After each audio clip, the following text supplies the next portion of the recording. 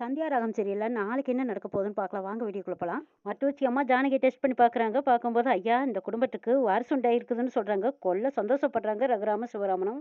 ஆமாங்க, அந்த குழந்தைய கையில வாங்கின நேரம் நம்ம வீட்ல எல்லாமே நல்லதே நடக்குதுங்கிறாங்க ஜானகி. ஆமா ஜானகி, அந்த குழந்தைக்கு நம்மளுக்கு ஏதோ ஒரு பந்தம் இருக்குதுன்னு தான் நான் நினைக்கிறேன். நம்மள அப்பா அம்மா ஆக்கிட்ட பாரு அவளை வாங்கின நேரம். சிவராமனும் அளவில்லாத சந்தோஷப்படுறாங்க. சிவா போய் அந்த அம்மாவை வீட்டுல கொண்டு பத்திரமா விட்டுட்டு வா அப்படிங்கிறாங்க. சரி வாங்கம்மா போலாம் அப்படின்னு கூட்டிட்டு நான் அம்மா ஆக போறேங்கிற சந்தோஷத்துல இருக்காங்க ஜானகி. சந்தியா கிஷோர் கிட்ட நமக்கு பெண் குழந்தை பிறந்திருக்குங்கன்னு சொல்லி கொடுக்குறாங்க. குழந்தை உன்ன மாதிரியே இருக்கான்னு சொல்றாங்க. சந்தியா சிரிக்கிறாங்க. சாரி, டெலிவரி ஆகும்போது உன் பக்கத்துல இருக்க முடியாம போச்சுன்னு வருத்தப்படுறாங்க கிஷோர். பரவாயில்லைங்க, நீங்க தான் ஜெனரேட்டர் எடுத்துட்டு வர போயிட்டீங்களாங்கிறாங்க. ஆமா, ஏதோ ஜெனரேட்டர் வந்து நல்லபடியா முடிஞ்சதில்லைங்கிறாங்க. ஆமா, இந்த ஜெனரேட்டர் எங்க இருந்து வந்ததுன்னு கேக்குறாங்க கிஷோர். இது எங்க அக்கா ஜானகி அக்கா வீட்டுல இருந்து வந்ததுங்கிறாங்க சந்தியா. அவங்க வீட்டிலேருந்து ஜெனரேட்டர் கொண்டு வந்தாங்க. அக்கா திருநீர் எடுத்துகிட்டு வந்து கொடுத்தாங்க. திருநீர் வச்சதும் நான் எனக்கு சுகப்பிரசவம் ஆயிடுச்சு அப்படின்னு எல்லாம் சொல்லிட்டு இருக்கிறாங்க. நடந்த விஷயங்கள் எல்லாம் கேள்விப்பட்டதும் கிஷோர் என்னால் இதை நம்பவே முடியல சந்தியாங்கிறாங்க. ஆமாங்க, என்னால் இதை நம்பவே முடியலைங்கிறாங்க. நடந்ததெல்லாம் பார்த்தா எனக்கு ஒரு கனவு மாதிரியே இருக்கு. ஆனால் நான் வருவாங்கன்னு சொன்னனால அதே மாதிரி வந்துட்டாங்க பார்த்தீங்களாங்கிறாங்க. எப்படியோ என்னோட சத்தியத்தை நான் காப்பாற்றிட்டேன். மாமாவும் வந்திருந்தாரு. முத சக்கரை வச்சு அவங்க கையால் வாங்கி கொடுத்துட்டு போனாங்கன்னு சொல்றாங்க. கரண்ட் கட் ஆனது, நீங்க போனது எல்லாமே அவங்க வர்றதுக்காகத்தான் நடந்திருக்கும் போல இருக்கு. ஆமா சந்தியா, நீ நினைச்ச மாதிரியே பழிச்சிருச்சுங்கிறாங்க கிஷோர். ஆமாங்க, ஆனா அக்கா ஆசீர்வாதம் பண்ணி என் குழந்தைக்கு பேர் வைக்கணும்னு நான் நினைச்சிருந்தேன். இன்னொன்னு, அக்கா பேர் வச்சு கொடுத்தாங்கன்னா அது போதுங்கிறாங்க. ஆமா, இதுக்கே இவ்வளவு ரிஸ்க் எடுத்திருக்கிறியே, இன்னும் பேர் வைக்க இன்னும் எவ்வளவு ரிஸ்க் எடுக்க போறியோன்னு தெரியலங்கிறாங்க கிஷோர். நம்ம ஆசைப்பட்டது நடக்கணும்னா அதுல வர கஷ்டங்களையும் நம்ம பொறுத்துக்கிட்டு போய்த்தான் ஆகணுங்கிறாங்க. உண்மையை சொல்லணும்னா நீ ஆசைப்பட்டது எதுவுமே நடக்காதுன்னு தான் நான் போற வரைக்கும் நினைச்சிட்டு இருந்தேன். ஆனா இதை சொன்னா உன் மனசு கஷ்டப்படுவேன்னு தான் நான் இதை சொல்லலையே. நடக்கலினாலும் உன்னை எப்படி சமாதானப்படுத்துறதுன்னு நினைச்சிட்டே இருந்தேன். எப்படியோ நல்லபடியா நடந்துருச்சுங்கிறாங்க கிஷோர். எப்படியோ எங்க அக்காவுக்கு நான் கொடுத்த வாக்கை காப்பாத்திட்டேன்னு சொல்லி சந்தோஷப்படுறாங்க சந்தியா.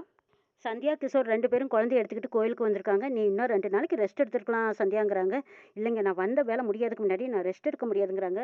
ஆமா, உன் அக்காவையும் காணோம், உன்னோட ஃப்ரெண்ட்ஸுங்களையும் காணோம், வந்துருவாங்க இருங்க அப்படின்னு சொல்லிட்டு இருக்கும்போது அவங்க 2 பேரும் வர்றாங்க. வரும்போது அங்க பாருங்களேன், வந்துட்டாங்க பாருங்க. வாங்க வந்துட்டீங்களா, எவ்வளவு நேரம் உங்களுக்காக வெயிட் பண்றதுன்னு சந்தியா கேட்கறாங்க. ஏண்டி திடீர்னு ஃபோன் பண்ணி வான்னு சொன்னா எப்படி உடனே வர முடியும்? அட அதான் நாங்க வந்துட்டோம்ல, நீங்க விஷயத்த சொல்லுங்கன்னு கேட்கறாங்க. இன்னும் கொஞ்ச நேரத்துல எங்க அக்காவும் மாமாவும் கோயிலுக்கு வருவாங்க. எங்க அக்காவுக்கு நான் கல்யாணத்துக்கு முன்னாடி ஒரு சத்தியம் பண்ணி கொடுத்தேன். அதை இப்போ உங்க மூலமா தான் நான் நிறைவேற்ற போறேன். குழந்தை பிறந்தா அக்காவும் மாமாவும் ஆசீர்வாதம் பண்ணி அதுக்கு பேர் வைக்க சொல்லி நான் கேட்டிருந்தேன்.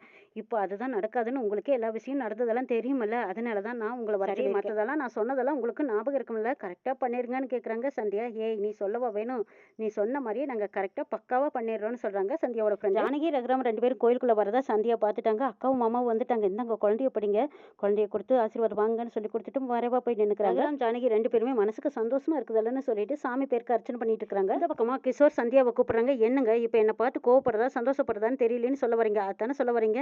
இங்க பாருங்க, நானும் எங்க அக்காவும் பிரிஞ்சாலும் என்ன இருந்தாலும் எங்க அக்கா என் குழந்தைக்கு அவங்க தான் பேர் வச்சு. சரி, நீயும் ஏதோ ஒரு பிளான் மனசுல வச்சுக்கிட்டு தான் செஞ்சுட்டு இருக்கிற, நடத்துங்கிறாங்க. ரகுராம் ஜானகி 2 பேரும் சாமி கும்பிட்டு அந்த பக்கம் போறாங்க. சந்தியாவோட ஃப்ரெண்டு 2 பேருமே வந்து நிக்கிறாங்க. உங்களுக்கு தெரியாது, இந்த குழந்தை உங்களுக்கு தெரியும்னு சொல்றாங்க. என்ன சொல்றீங்க, எங்களுக்கு ஒன்றும் புரியலையேங்கிறாங்க. ஆமாங்க, இந்த குழந்தை பிறக்கும்போது நீங்க தான் ஜெனரேட்டர் கொடுத்து உதவுனீங்கன்னு சொல்றாங்க. உங்களை நேரில் பார்த்து நன்றி சொல்லிட்டு போலான்னு வந்தோன்னு சொல்றாங்க. அட அது நீங்க தானாங்கிறாங்க. எதுக்குமா பச்சை குழந்தைய தூக்கிட்டு வெயில வந்திருக்கீங்கன்னு கேக்குறாங்க. இல்லைங்கய்யா, இந்த குழந்தைய தொட்டில போட்டு பேர் வைக்கலாம்னு நினைச்சோம். அதான் விசாரிச்சு பார்க்கும்போது நீங்க கோயிலுக்கு வருவீங்கன்னு சொன்னாங்க. அதான் இங்க தூக்கிட்டு வந்தோம்னு சொல்றாங்க. நீங்க எங்க இருந்தாலும் தேடி பிடிச்சு உங்க கையால வாங்கி நீங்க தான் பேர் வச்சு கொடுக்கணும்னு இவ உத்தரவு போட்டாளுங்கய்யாங்கிறாங்க. நான் அங்க இல்லாத போது நீங்க செஞ்ச உதவியை மறக்கவே முடியாதுன்னு உங்களால தான் பேர் வச்சு கொடுக்கணும்னு இவ புடிவாதமா இருக்கா. ஜானகியும் ஆசையா குழந்தைய எடுத்துக்கிறாங்க. உனக்கு நாங்க தான் பேர் வைக்கணுமா அப்படின்னு கொஞ்சிட்டு இருக்காங்க. ஜானகி, குழந்தைக்கு என்ன பேர் வைக்கலான்னு கேக்குறாங்க ரகுராம். ஐயோ, சட்டுன்னு ஞாபகத்துக்கே வர மாட்டேங்குதுங்களே. ஜானகி, இவளை தொட்டு நீ கையில வாங்கினதுக்கு அப்புறம் தான் நீயும் கர்ப்பமாயிருக்க. அதனால நம்ம வீட்லயும் ரொம்ப நல்ல விசேஷம் நடந்திருக்கு.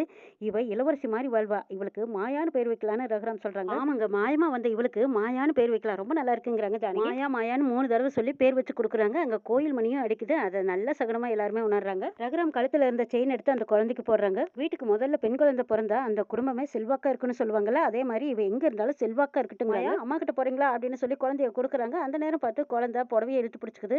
பாத்தீங்களா, உங்களை விட்டு வர மனசு இல்ல போல இருக்கு மாயாவுக்குங்கிறாங்க. மாயா குட்டி, நீ பெரிய பொண்ணானதும் என்கிட்ட வா அப்படின்னு சொல்லி கொடுத்துட்றாங்க.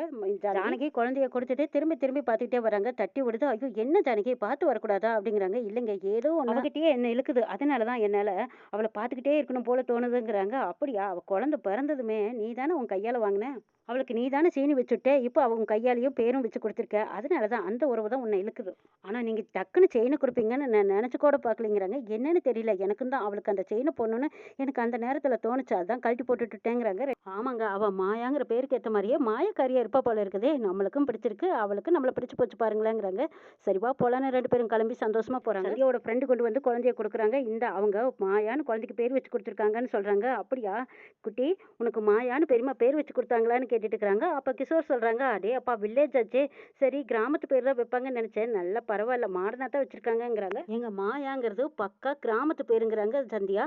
இல்ல இல்ல அமெரிக்காவில் இது மாடர்னான பேருங்கிறாங்க கிஷோர். எப்படியோங்க எங்க அக்காவுக்கு படி கொடுத்த சந்தோஷத்தை நான் காப்பாத்திட்டேன், என் மனசு ஃபுல்லா ரொம்ப சந்தோஷமா இருக்குதுங்கிறாங்க சந்தியா. சந்தியா உங்க அக்காவும் மாமாவும் நல்ல மனசுள்ளவங்களா இருக்கிறாங்கன்னு சொல்றாங்க. ஆமா, நீங்க ஏன் அவங்க 2 பேத்துக்கும் பயந்து இப்படி ஓடி ஒளியறீங்கன்னு கேக்குறாங்க. அது ஏங்க கேட்குறீங்க, அது பெரிய கதைங்கிறாங்க சந்தியா. அதெல்லாம் இன்னொரு நாள் வாங்க, ரொம்ப சாவகாசமாக சொல்கிறேங்கிறாங்க சந்தியா.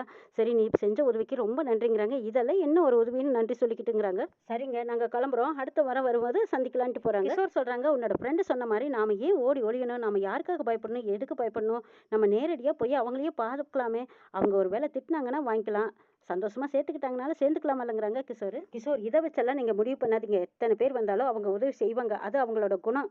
யாரோ ஒருத்தருக்கு செஞ்ச மாதிரி தான் நமக்கு செஞ்சிருக்காங்க, நாம செஞ்சது அவங்களுக்கு துரோகம். என்னதான் எங்க அக்காவுக்கு என் மேல பாசம் இருந்தாலும் நான் இத்தனை தடவை ஃபோன் பண்ணி ஒரு தடவையாவது அந்த ஃபோனை எடுத்திருப்பாங்கல்லங்கிறாங்க. நாம ஒன்று சேர்றதுக்கான காலம் வரும், ஆனால் அதுக்கான காலம் இப்போ இல்லை. ஆனால் நம்ம ஏதாவது ஒன்று பண்ணி மறுபடியும் என்றைக்குமே சேர முடியாத போயிட்டா என்ன செய்யறதுக்கு? இந்த வேலை முடிஞ்சது, இந்த சந்தோஷத்தோடவே நம்ம ஊருக்கு கிளம்பலாங்கிறாங்க சந்தியா. நீ சொல்றதும் சரிதான் சந்தியான்னு கிஷோரும் சந்தியாவும் கிளம்புறாங்க. கோயில் வாசல்ல ஜானகி ரகுராம் போறத சந்தியா பாத்துக்கிறாங்க. சந்தியாவும் கிஷோரும் கிளம்பி போறாங்க. எல்லா கதையும் ஒன்று விடாம மாயா ஜானகி அம்மாட்ட சொல்றாங்க. ஜானகி ரொம்ப ஆச்சரியப்படுறாங்க. எங்க அம்மா செஞ்சு கொடுத்த சத்தியத்தை எப்படி காப்பாத்தினாங்களோ அதே மாதிரி நான் செஞ்சு கொடுத்த சத்தியத்தையும் காப்பாற்றுவேன் பெரியமா, என்ன நீங்க நம்பலான்னு சொன்னதும் ஜானகி ஒரு மாதிரியா ஆச்சரியமா பாக்குறாங்க. காதலுக்கு முற்றுப்புள்ளி வைக்கத்தான் ஜானகி சத்தியம் கேட்க வந்திருக்காங்க. ஆனா அந்த காதல் வளரட்டும்னு நினைப்பாங்களா, இல்ல ஃபுல் ஸ்டாப் வச்சு சீனவையும் சார்வையும் சேர்த்து வைக்க நினைப்பாங்களாங்கிறதையும் எப்படி சொல்ல பார்க்கலாம்.